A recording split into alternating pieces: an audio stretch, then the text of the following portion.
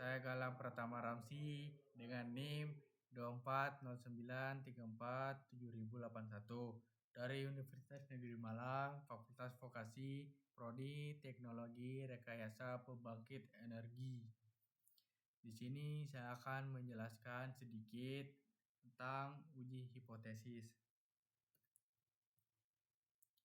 Nah, uji hipotesis itu sendiri adalah metode dalam statistika untuk menguji kebenaran suatu pernyataan tentang parameter populasi berdasarkan data sampel. Langkah-langkah singkatnya yaitu tentukan hipotesis 0 atau biasa dibilang H0 dan hipotesis alternatif biasanya disebut dengan H1. Contohnya H0 rata-rata sama dengan 100 dan H1 rata-rata tidak sama dengan 100.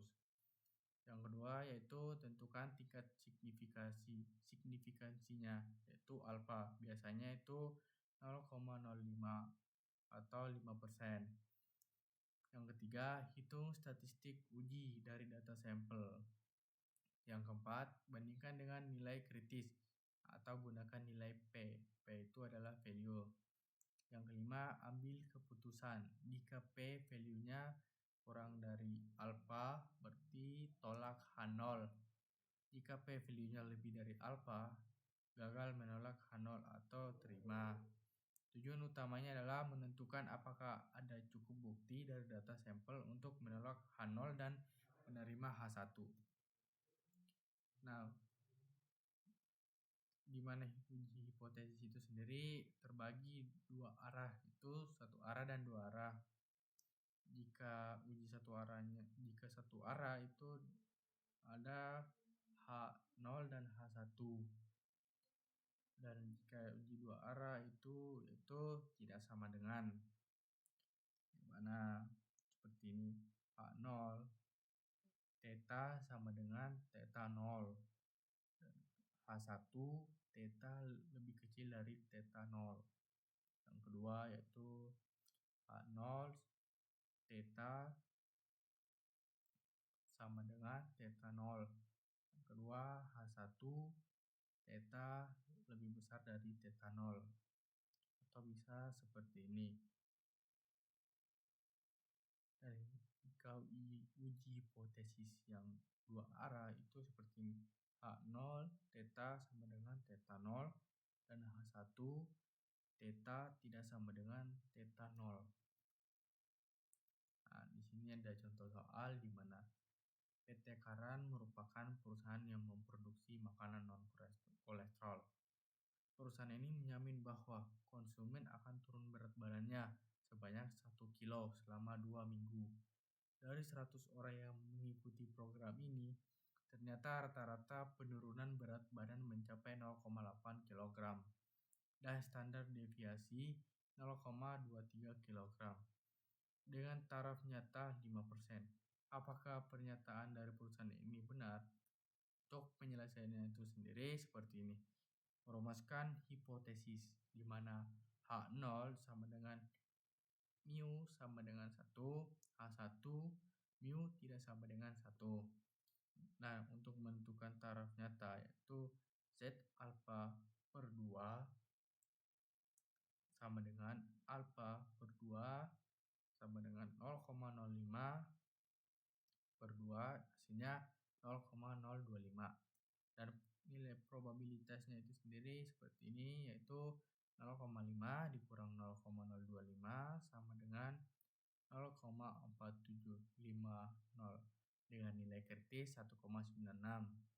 Dan untuk menentukan uji statistiknya itu seperti ini, di mana X sama dengan S per akar N sama dengan 0,27 per akar 100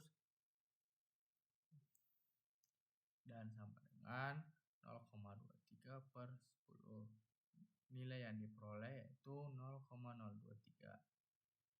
Untuk Z-nya itu nilai rata-rata X dikurang mu per SX sama dengan 0,8 dikurang 1 per 0,023 sama dengan minus 0,2 per 0,023. Dan di sini kita memperoleh nilai hasil akhir yaitu minus 8,7.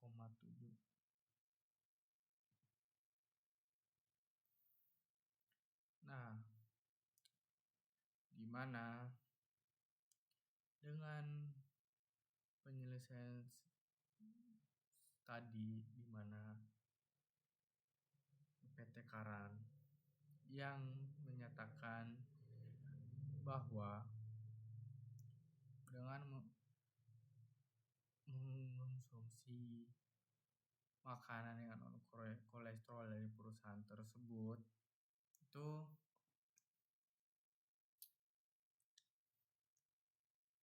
tidak terbukti. Jadi pernyataan PT Karan bahwa konsumen akan turun berat badan sebanyak 1 kg selama 2 minggu tidak terbukti. Data menunjukkan bahwa penurunan berat badan kurang dari 1 kilo. Jadi di mana setelah menghitung semua tadi, di mana H0 yaitu ini dan menghitung probabilitasnya seperti ini, dan di mana kita juga telah menentukan uji statistik itu, di mana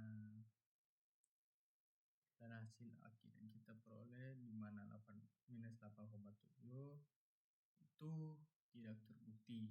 Jadi kesimpulannya itu di mana H0 ditolak karena minus 8,7. Seperti itu. Baik, lebih dan kurangnya saya minta maaf. Assalamualaikum warahmatullahi wabarakatuh.